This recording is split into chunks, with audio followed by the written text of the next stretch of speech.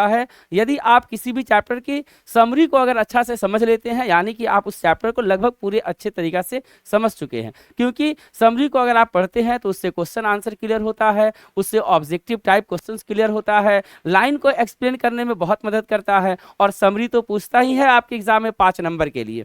चलिए बच्चों, देखते हैं हम लोग इस चैप्टर की समरी को, और एकदम आसान भाषा में देखेंगे हम लोग, एकदम आसान भाषा में। देखिए यहाँ पे लिखा गया है एकदम आसान भाषा में इस चैप्टर की समरी। इसके पहले आप लोगों को हम लेक्चर नंबर 3 में देखिए क्या पढ़ाए थे।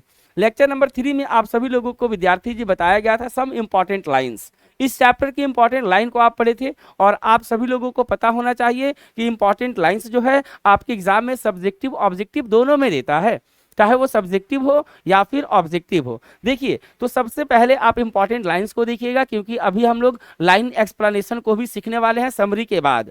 तो इंपॉर्टेंट लाइंस में, इस चैप्टर की इंपॉर्टेंट लाइंस में आप सभी लोगों को हम बताए थे लाइन नंबर 1, जो कि लिखा गया है the bank of justice is bankrupt, यानी कि न्याय देने वाला बैंक वो दिवालिया हो गया है। ये कहते हैं मार्टिन लूथर किंग जूनियर अपने इस चैप्टर, अपने इस स्पीच में।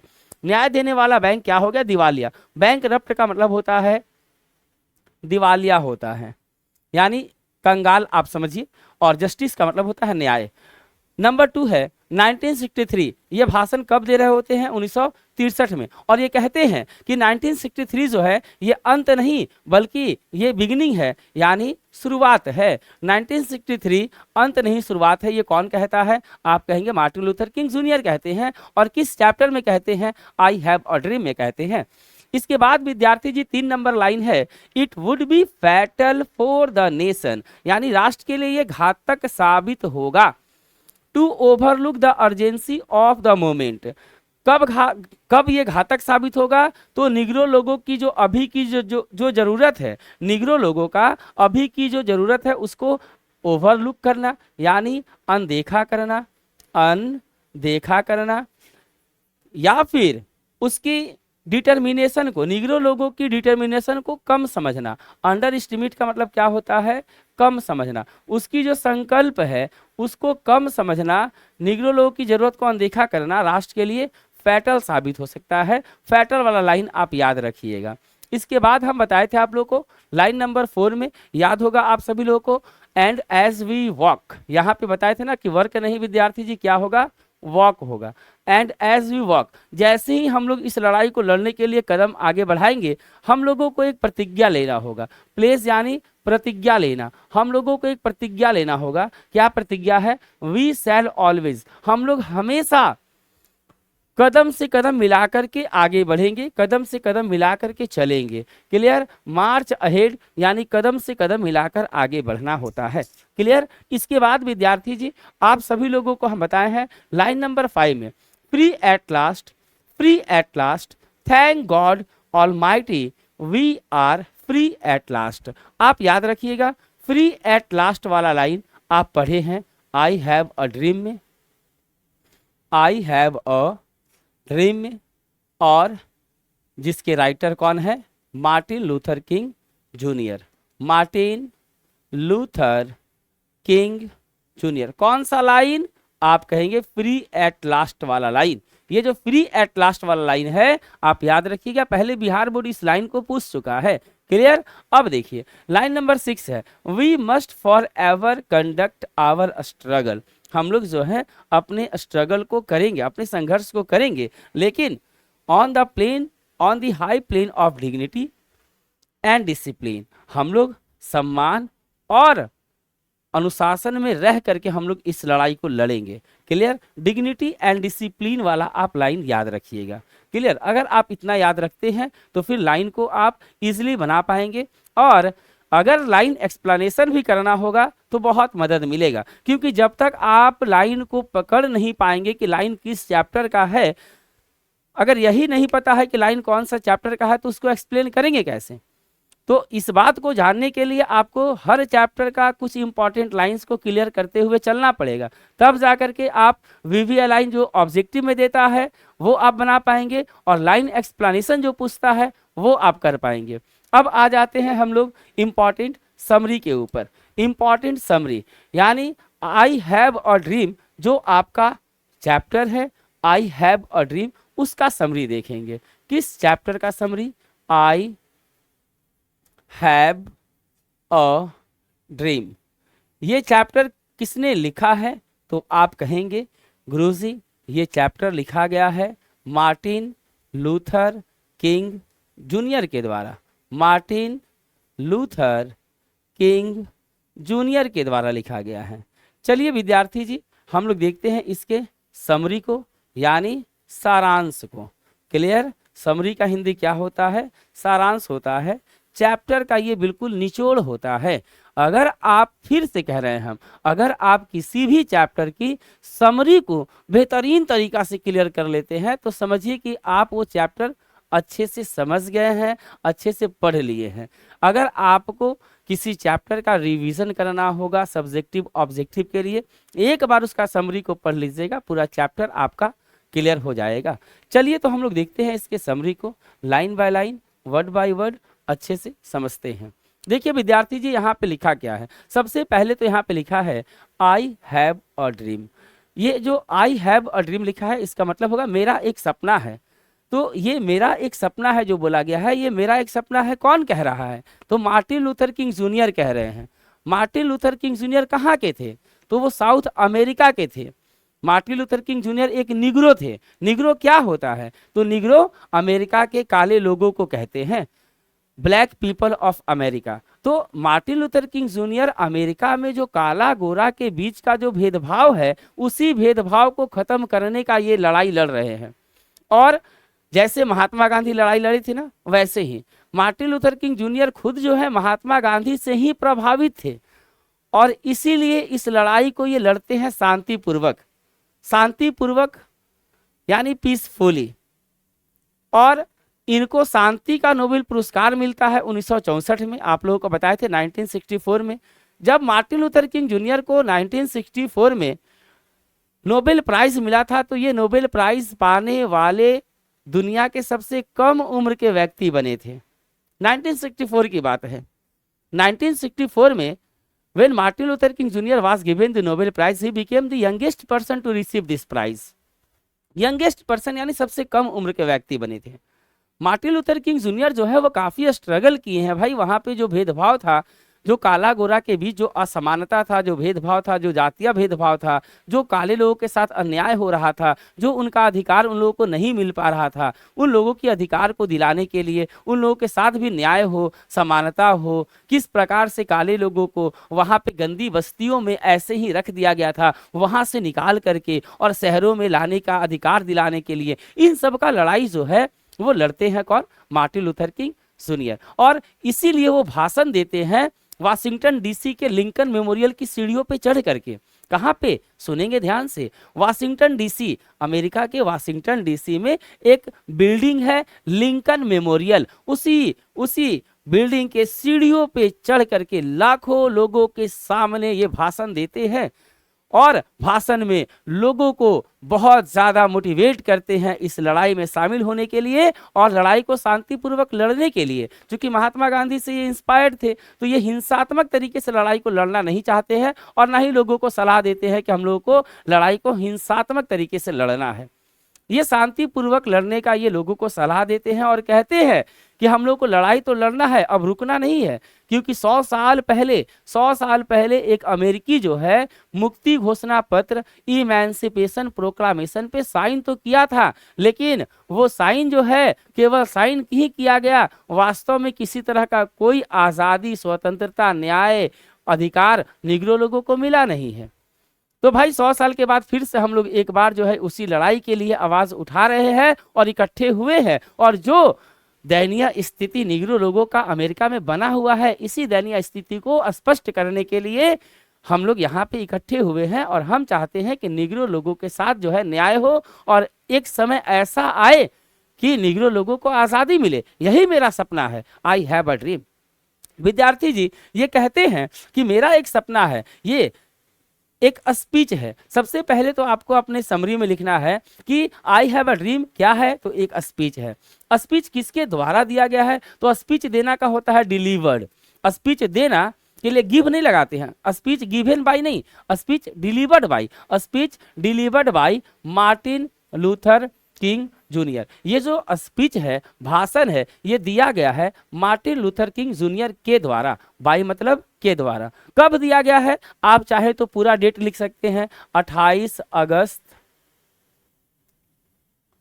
1963। अगर 28 अगस्त लिखेंगे तो इन की जगह ऑन कर दीजिएगा, ऑन 28 अगस्त 1963। और अगर 28 अगस्त नहीं है, इन है, क्लियर। केवल आपको कौन सा साल दिए थे ये साल को दिखाएगा, तो इन लगा करके सीधा कह दीजिए इन 1963। इन दिस स्पीच, इस भाषण में, देखिए कितने आसान तरीका से, आसानी से आप भी समरी को आसानी से लिख सकते हैं। तो यहाँ पे लिखा गया है इन दिस स्पीच, इस भाषण में, ही डिस्क्राइब्स, डिस्क्राइब्स का मतलब होता है वर्णन करते हैं, वर्णन करते हैं, करते हैं। इन दिस स्पीच, इस भाषण में, ही डिस्क्राइब्स, ही यानी Martin Luther King junior, describes वर्णन करते हैं, the miserable condition, miserable condition, miserable condition का मतलब होगा दयनीय स्थिति को।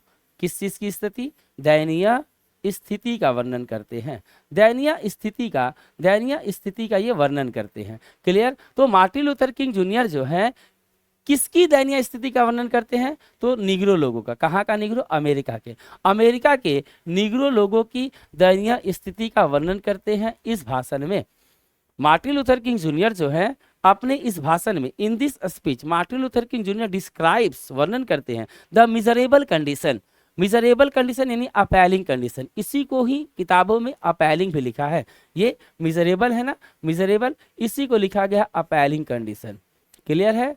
अपैलिंग कंडीशन यानी दयनीय स्थिति, क्लियर। आगे कहते हैं he wants to see his country, वो अपने देश को देखना चाहते हैं। ही वांट्स टू सी, वो देखना चाहते हैं किस चीज को? अपने देश को, हिज कंट्री, फ्री, बिल्कुल स्वतंत्र देखना चाहते हैं। किस चीज से स्वतंत्र? From the racial discrimination. Racial discrimination का मतलब विद्यार्थी जी आप लोगों को हम बताए थे जातीय भेदभाव, जातीय भेदभाव होता है। बिटवीन, किसके बीच जातीय भेदभाव? Between the white and the black, यानी काला लोग, गोरा लोग और काला लोग, गोरे लोग और काले लोग, काले लोग, गोरा लोग और काले लोगों के बीच जो जातीय भेदभाव था उसी से मुक्त या स्वतंत्र, मुक्त या स्वतंत्र देखना चाहते हैं अपने देश को। Martin Luther King junior wants to see his country free from the racial discrimination between the white and the black. Martin Luther King junior जो है अपने देश को काला गोरा के बीच का जो भेदभाव है इससे मुक्त देखना चाहते हैं। आगे कहते हैं ये इन दिस स्पीच, इस भाषण में, मार्टिन लूथर किंग जूनियर, इस भाषण में मार्टिन लूथर किंग जूनियर जो है सेज दैट, कहते हैं कि 100 ईयर्स लेटर, 100 ईयर लेटर यानी 100 साल के बाद, negroes are still not free, negro लोग जो है स्टिल यानी अभी भी, फ्री यानी स्वतंत्र। ये कहते हैं विद्यार्थी जी अपने इस भाषण में कि 100 साल के बाद भी, 100 साल के बाद भी निग्रो लोग जो है अभी भी स्वतंत्र नहीं है। एंड फेसिंग, सामना कर रहे हैं, क्या कर रहे हैं? सामना कर रहे हैं, सामना कर रहे हैं, सामना, फेसिंग यानी सामना करना, फेस यहाँ पर फेसिंग है, कर रहे हैं, facing a lot of, a lot of का मतलब क्या होता है? बहुत होता है। Facing a lot of problems of, problems होगा, problems of segregation and racial discrimination. Racial discrimination देखिए लिखिए है ना, जातीय भेदभाव, तो वही यहाँ पर हो जाएगा जातीय भेदभाव। तो किस चीज का वो सामना कर रहे हैं? जातीय भेदभाव का। और सेग्रीगेशन, अलगाववाद का। अलगाववाद यानी विद्यार्थी जी तो निग्रो लोगों को जो है अमेरिका में अलग करके रखा गया था, गोरा लोगों के साथ अलग व्यवहार, गोरा लोगों को अलग अधिकार, गोरा लोगों के साथ न्याय, और काले लोगों को वो अलग करके रखा गया था। इन लोगों के साथ अन्याय हो रहा था, अधिकार नहीं दिया जा रहा था, शहरों में रहने का अधिकार नहीं दिया जा रहा था, मोटेल में होटल में रहने का इन लोगों को व्यवस्था नहीं दिया जा रहा था। तो ये जो निग्रो लोगों के साथ जो अलग करके और अलग जो व्यवस्था बना करके दिया गया था, अधिकारों से जो वंचित किया गया था, तो इसी को कहा गया अलगाववाद कहा गया है, जिसको इंग्लिश में कहा जाता है सेग्रीगेशन कहा जाता है। तो ये क्या कहते हैं अपने भाषण में, ये कहते हैं कि 100 साल के बाद भी निग्रो लोग अभी भी स्वतंत्र नहीं है और बहुत सारी अलगाववाद और जातीय भेदभाव जैसी समस्याओं का फेसिंग यानी सामना कर रहे हैं। आगे कहते हैं there should be justice and equality. ये कहते हैं कि न्याय होना चाहिए और समानता होना चाहिए। क्या क्या? न्याय और समानता फॉर एवरीवन। तो भाई चाहे वो काला हो या गोरा हो, सभी के लिए न्याय और समानता होना चाहिए। चाहे काला हो या गोरा हो, सभी के लिए न्याय और समानता होना चाहिए। सभी को इक्वल राइट्स मिलना चाहिए, सभी के साथ न्याय होना चाहिए। Negroes should be given their rights. Negro लोगों को दिया जाना चाहिए उनका अधिकार। देयर राइट्स यानी उनका अधिकार दिया जाना चाहिए। निग्रो लोगों को क्या देना चाहिए? उनका अधिकार दिया जाना चाहिए। किस चीज का अधिकार? टू लिव फ्रीली, स्वतंत्र रूप से जीने का अधिकार, खुलकर जीने का अधिकार। खुलकर या स्वतंत्र रूप से खुलकर जीने का अधिकार, जीने का अधिकार मिलना चाहिए। इन देयर ओन कंट्री, अपने ही देश में। आप समझिए विद्यार्थी जी, कहा जा रहा है कि निग्रो लोगों को अपने ही देश में स्वतंत्र रूप से जीने का अधिकार, खुलकर जीने का अधिकार मिलना चाहिए। इसका मतलब समझिएगा कि निग्रो लोग अपने ही देश में खुल करके जीने का अधिकार उनको नहीं मिल पा रहा है, और इसी को अधिकार दिलाने के लिए, निग्रो लोगों को खुलकर जीने का अधिकार दिलाने के लिए मार्टिन लूथर किंग जो हैं इस लड़ाई का नेतृत्व कर रहे हैं, लीड कर रहे हैं। आगे कहते हैं ही सेज दैट, वो कहते हैं कि, देखिए कितना अच्छा लाइन यहाँ पे है, याद रखिएगा, इंपॉर्टेंट वीवीआई लाइन में भी हम बताए हैं। वो कहते हैं कि 1963 यानी 1963 जो है, ये कह रहे हैं मार्टिन लूथर किंग जूनियर जो हैं अपने इस भाषण में कह रहे हैं लोगों को, ये विद्यार्थी जी मोटिवेट कर रहे हैं, चार्ज करते हैं, इनकरेज करते हैं, हिम्मत बढ़ाते हैं ये बात कह करके, और वहां की सरकार को जो विरोधी लोग हैं उन लोगों को ललकार रहे हैं, चैलेंज दे रहे हैं कि 1963 जो है ये नॉट एन एंड, अंत नहीं, ये क्या है, बट अ बिगिनिंग, ये तो शुरुआत है। इसीलिए अगर अमेरिका चाहता है कि अमेरिका एक महान राष्ट्र बने, तो निग्रो लोगों को जितना जल्दी हो सके उसका अधिकार को दे दिया जाना चाहिए, नहीं तो 1963 अंत नहीं, शुरुआत है, लड़ाई जारी रहेगा।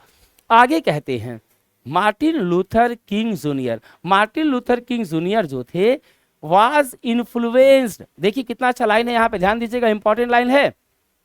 मार्टिन लूथर किंग जूनियर जो थे वो इन्फ्लुएंस्ड थे बाय महात्मा गांधी। महात्मा गांधी से इन्फ्लुएंस्ड का मतलब होता है प्रभावित थे। तो मार्टिन लूथर किंग जूनियर जो कि खुद इतने बड़े लीडर थे, और इतने बड़े लीडर जो हैं वो खुद किससे प्रभावित थे?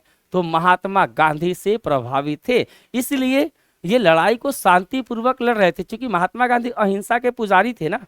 महात्मा गांधी को भी मार काट ये सब पसंद नहीं था, चाहे वो कितना बड़ा लड़ाई हो, शांतिपूर्वक वो लड़ा करते थे। क्लियर?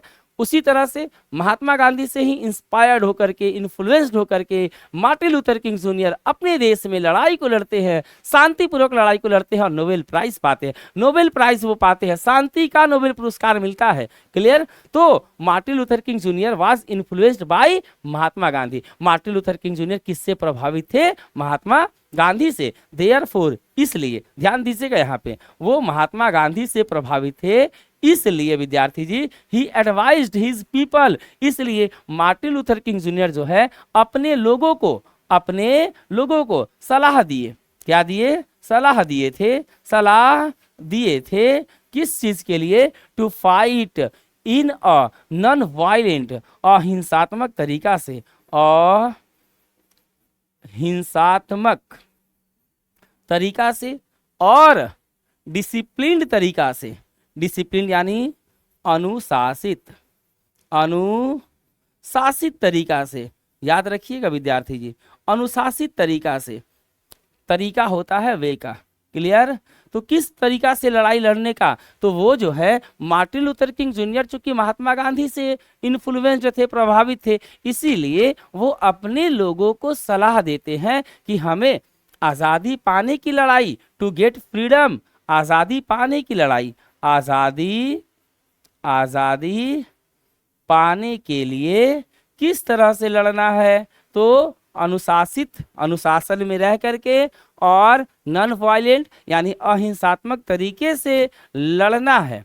आगे कहते हैं एट लास्ट, और अंत में। अब देखिए ये अंतिम लाइन है विद्यार्थी जी, अंतिम लाइन है, जरा सीखिएगा। एट लास्ट और अंत में Martin Luther King junior, Martin Luther King junior जो होते हैं advises his people, advises his people, अपने लोगों को सलाह देते हैं, अपने लोगों को सलाह देते हैं। किस कैसा सलाह, to go back their places, अपने स्थान को वापस जाने का। गो बैक यानी क्या होता है, वापस जाने के लिए, क्लियर, अपने स्थान को वापस जाने के लिए सलाह देते हैं, लेकिन हाँ विद द फेथ दैट, इसी विश्वास के साथ कि, इसी विश्वास के साथ कि अंत में at last Martin Luther King junior advises his people to go back their places, और कहते हैं कि आप सभी लोग जहां से भी हैं, जो जहां से है, अपने अपने जगह को वापस जाएंगे। इस भाषण को खत्म करने के बाद, भाषण खत्म होने के बाद सभी लोग अपने अपने जगह वापस चले जाएंगे, जो जहां से आया है, लेकिन हाँ याद रहे इसी विश्वास के साथ, विद द फेथ दैट, इसी विश्वास के साथ वापस जाएंगे कि that they will be free one day, कि वे लोग एक दिन स्वतंत्र अवश्य हो जाएंगे। इसी विश्वास के साथ हम लोगों को वापस चला जाना है कि एक दिन हम लोग अवश्य स्वतंत्र हो जाएंगे। वही कहते हैं कि Martin Luther King junior advises his people to go back their places with the faith that they will be free one day, इसी विश्वास के साथ वापस जाने का अपने लोगों को सलाह देते हैं कि वे लोग वन डे, एक दिन स्वतंत्र विल बी हो जाएंगे। विद्यार्थी जी इसी के साथ इसका सारांश हो गया समाप्त, सारांश इसका खत्म हो गया, क्लियर। अब बचा है इसका क्या, तो इसका बचा है विद्यार्थी जी इंपॉर्टेंट लाइन एक्सप्लेनेशन। तो लाइन एक्सप्लेनेशन करवा दिया जाए, जल्दी से आप सभी लोग बताएंगे। लाइन एक्सप्लेनेशन विद्यार्थी जी करवा दिया जाए, इसका लाइन एक्सप्लेनेशन